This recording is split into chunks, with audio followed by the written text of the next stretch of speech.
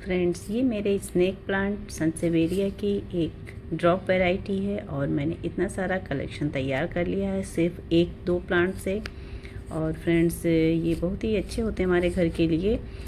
हमारे घर की खूबसूरती को तो बढ़ाते ही हैं, साथ ही हमारे घर की हवा को भी शुद्ध करते हैं। तो फ्रेंड्स, करीब 2-3 साल पहले मैं 2 प्लांट लाई थी और उससे मेरे इतने सारे प्लांट तैयार हो गए हैं। ये बहुत आसानी से प्रोपोगेट होने वाला एक सुंदर सा प्लांट है। इसे हर घर में होना ही चाहिए और हर गार्डनर के गार्डन में आपको मिल जाएगा। फ्रेंड्स, ये जो प्लांट है ये मदर प्लांट है इन सारे प्लांट्स का। और इसके कुछ मैंने लीफ से प्लांट ग्रो किए हैं, कुछ मैंने बेबी पप से इसके प्लांट्स तैयार किए हैं। तो फ्रेंड्स, आज मैं इसी के बारे में आपसे बात करूंगी, इसे रिपोर्ट भी करूंगी, क्योंकि ये जो छोटा सा प्लांटर है, यानी कि जो ये थैली है थोड़ी छोटी सी, वो भर चुकी है बिल्कुल। तो मुझे रिपोर्ट करना ज़रूरी है। फ्रेंड्स, आप आखिरी तक बने रहें। फ्रेंड्स, इसकी रिपोर्टिंग के लिए सबसे पहले मुझे इसके बैग से इसको रिलीज़ करना होगा, क्योंकि ये बैग से बहुत ही फुल्ली टाइट हो चुका है और बिल्कुल भी स्पेस नहीं है। तो मैं इसको कैंची से कट करना पड़ेगा, वरना मैं तो जो ये बैग्स होते हैं नर्सरी बैग्स, मैं इनको कभी भी ख़राब नहीं करती। फ्रेंड्स, सबसे पहले मैंने इसे ग्रो बैग कट कर लिया है और इस ग्रो बैग को मैं हटा देती हूँ। ये देखिए, ये रहा मेरा प्लांट। अब मैं इस प्लांट को भी अलग अलग करती हूँ।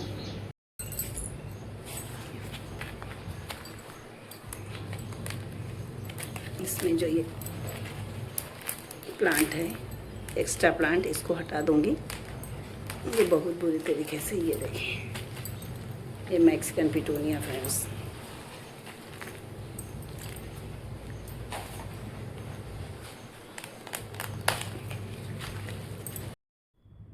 फ्रेंड्स, इस तरह से मैं स्नेक प्लांट के सारे पूरे बंच को धीरे धीरे अलग करूंगी और इसकी पुरानी मिट्टी को झाड़ के अलग कर दूंगी और फिर इसको मैं रिपोर्ट करूंगी। और काफ़ी प्लांट्स मेरे, इसको मैं चाहूँ तो अलग अलग करके एक एक दो दो प्लांट में भी लगा सकती हूँ, पर मैं ज़्यादा प्लांटर यूज़ नहीं करूँगी।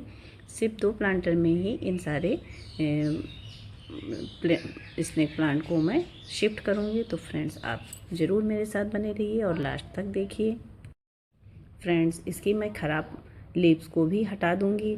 चाहे तो इसे हम प्रोपोगेट भी कर सकते हैं, बट मैं प्रोपोगेट तो भी नहीं करूंगी। बहुत सारे प्लांट्स मेरे पास ऑलरेडी हैं, पर इन्हीं लीव्स से हम प्लांट को सॉइल में भी प्रोपोगेट कर सकते हैं और पानी में भी डालकर हम इसे प्रोपोगेट्स कर सकते हैं। देखिए कितना प्यारा सा प्लांट का कलर हो गया है। तो फ्रेंड्स, सारी जो इसकी पुरानी मिट्टी को वो जड़ से हटा देना चाहिए और नई मिट्टी को हम यूज़ करेंगे इसको लगाने के लिए।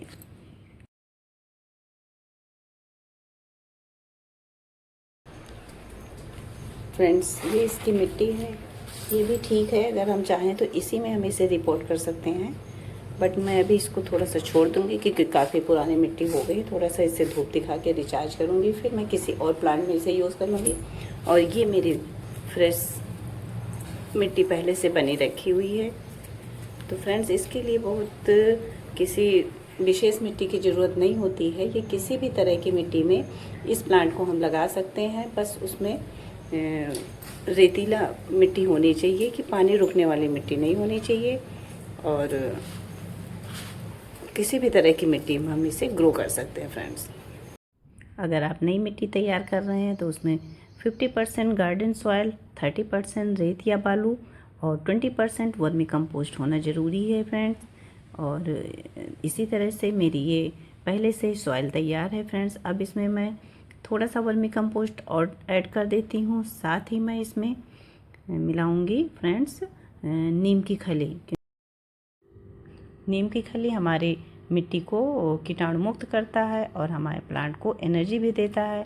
फ्रेंड्स, बार बार तो इसमें फर्टिलाइज़र दिया नहीं जाता है। फ्रेंड्स, इसके साथ मैं थोड़ी सी फंगीसाइड का भी यूज़ कर लूँगी, जिससे कि मिट्टी पूर्णतः कीटाणु मुक्त होकर अच्छी मिट्टी हमारे प्लांट के लिए तैयार हो जाए। फ्रेंड्स, और इसको मैं अच्छी तरह से ऐड करूँगी, मिक्स करूँगी। मिक्स करने के बाद मैं इसकी रिपोर्टिंग करूँगी फ्रेंड्स अब हमें इसके लिए प्लांटर की ज़रूरत होगी। तो मैंने ये प्लांटर इसके लिए चूज़ किया है जिसमें अच्छे से होल हैं, और प्लांटर बहुत बड़ा नहीं होना चाहिए, जैसा आपका प्लांट है और जैसे जो पहले से आपका प्लांटर है उससे 2-3 इंच बड़ा ही प्लांटर चाहिए। बहुत बड़े प्लांटर की ज़रूरत नहीं होती है फ्रेंड्स। हाँ, इसका थोड़ा ऊपर से फैला हुआ मुँह वाला प्लांटर होता है तो अच्छा रहता है फ्रेंड्स। अब मैं इसमें नीचे कुछ ये नारियल के छिलके और थोड़ी घास फूस सूखी रखी हुई है। ये देखिए होल बहुत अच्छी तरीके से किए हैं। आप कोई सा भी प्लांटर यूज कर सकते हैं, किसी भी डिब्बे में, खाली बॉटल में, या कोई वेस्ट आपका किचन से निकलता है कोई भी डिब्बा बर्तन उसमें भी लगा सकते हैं। बट इसमें जो होल हैं वो अच्छे से होने चाहिए जिससे कि पानी ना रुके। पानी नहीं रुकेगा तो हमारा प्लांट सुरक्षित रहेगा फ्रेंड्स। तो ये मैंने घास फूस भी डाल दिया है। अब मैं इसमें मिट्टी डालकर प्लांट्स को रिपोर्ट करूँगी फ्रेंड्स मैं कुछ इस तरह से इसमें एक एक करके प्लांट्स को लगाऊंगी, और मैं उतने ही प्लांट इसमें ऐड करूंगी जितना ईज़िली आ सके। थोड़ी सी जगह भी बची होनी चाहिए क्योंकि आगे इसमें बेबी पप्स बनेंगे। और फ्रेंड्स वैसे मैं चाहूँ तो इसमें कई प्लांटर्स में मैं इसे रख सकती थी, बट मुझे अभी कई प्लांटर्स में इसको नहीं बढ़ाना है। अभी इसे सिर्फ मुझे रिपोर्ट करना था, प्लांटर बढ़ा देना था, और ज़्यादा मुझे भी इसे नहीं तैयार करने हैं फ्रेंड्स। नेक्स्ट टाइम करूँगी फिर तब देखती हूँ। अभी मैं ज़्यादा से ज़्यादा प्लांट मैंने एक ही प्लांटर में रख दिए हैं फ्रेंड्स। अब अच्छी तरीके से इसमें साइड से मिट्टी डाल दूँगी जिससे कि इनकी रूट्स इनमें दब जाए। फ्रेंड्स इस तरह से मैंने एक प्लांटर में इसको रिपोर्ट कर दिया है। अब बारी आती है वाटरिंग की। तो फ्रेंड्स ये ऐसा प्लांट है जिसमें ज़्यादा पानी की ज़रूरत नहीं होती है। इसको आप कई दिनों तक भी पानी ना दें तो भी ये प्लांट सरवाइव करता है फ्रेंड्स। और मैंने जो रिपोर्टिंग की है, मिट्टी जो मैंने यूज़ की है बिल्कुल भी गीली नहीं है, बिल्कुल भी नमी उसमें नहीं है। तो मैं इसमें अच्छी तरीके से वाटरिंग करूँगी। अगर मिट्टी मेरी गीली होती तो मैं इसमें पानी नहीं भी देती, एक दो दिन के बाद देती, क्योंकि ये भी एक सकुलेंट प्लांट ही है फ्रेंड्स। तो अब मैं इसमें जो पानी देने वाली हूँ उसमें मैं सीवीड का पानी मिलाऊंगी जो कि इस प्लांट के लिए अच्छा रहेगा, एक फर्टिलाइज़र का काम करेगा और प्लांट को स्वस्थ रखेगा। तो थोड़ा सा मैं सीवीड का लिक्विड इस मग में मिला के अच्छी तरीके से फिर मैं इसमें वाटरिंग करूँगी। तो मेरा प्लांट जो है वो अच्छे से ग्रोथ लेगा और अच्छी तरीके से तैयार होएगा फ्रेंड्स। फिर उसके बाद इसमें पानी मैं तभी दूंगी जब इसकी सॉइल मुझे ऊपरी सतह सूखी हुई दिखेगी, और पानी डेली देने की ज़रूरत इसमें बिल्कुल भी नहीं होती है फ्रेंड्स मैंने दूसरा प्लांटर भी ले लिया है क्योंकि प्लांट्स काफ़ी ज़्यादा थे। अब मैं इनको इसमें शिफ्ट कर दूँगी। सेम सॉइल में ही मैं इसको भी फ्रेंड्स लगा दूँगी।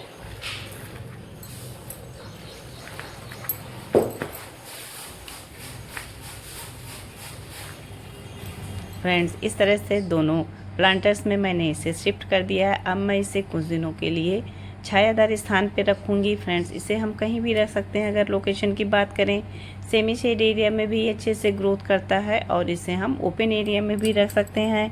तो फ्रेंड्स इस प्लांट को आप अपने घरों में, अपने गार्डन में ज़रूर शामिल करें। ये हमारे घर की सुंदरता को बढ़ाता है, हमारे घर की प्रदूषित वायु को शुद्ध करता है फ्रेंड्स।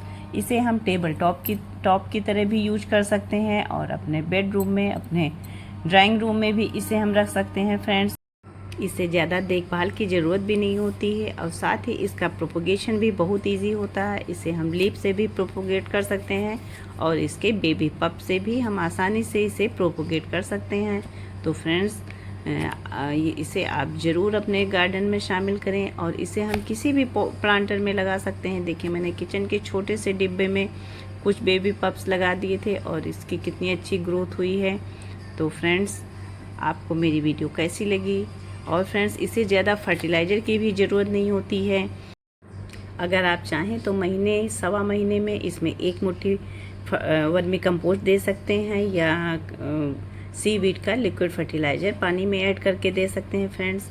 मैंने तो अपने प्लांट्स में रिपोर्टिंग के बाद कभी फर्टिलाइज़र नहीं यूज़ किया है। हाँ, कभी कभी लिक्विड फर्टिलाइज़र दे दिया है, पर सॉलिड फर्टिलाइज़र मैंने कभी नहीं दिया है इन प्लांट्स में। और फ्रेंड्स देखिए कितनी अच्छी ग्रोथ हो रही है। फ्रेंड्स इसे बारिश में थोड़े विशेष ध्यान रखने की ज़रूरत है, क्योंकि बारिश के पानी से ये प्लांट जल्दी ख़राब होते हैं, यानी इनकी रूट रॉट हो जाती है, इनकी पत्तियाँ गिरने लगती हैं। तो फ्रेंड्स हमें बारिश के पानी से इसे बचाना होगा और इसे थोड़ा शेडेड एरिया देना होगा। अगर आपने अपने प्लांट्स को खुले में रख रखा है तो फ्रेंड्स स्नेक प्लांट के बारे में आपको मेरी वीडियो कैसी लगी? अगर आपको ज़रा सी भी उपयोगी लगी हो तो प्लीज़ लाइक, शेयर और कमेंट करें तथा आप मुझे सब्सक्राइब भी करें अगर आपने सब्सक्राइब नहीं किया है। तो फ्रेंड्स जल्द ही मैं एक नई वीडियो के साथ आऊँगी किसी महत्वपूर्ण जानकारी के साथ। तब तक के लिए friends keep gardening, be happy. Thank you friends.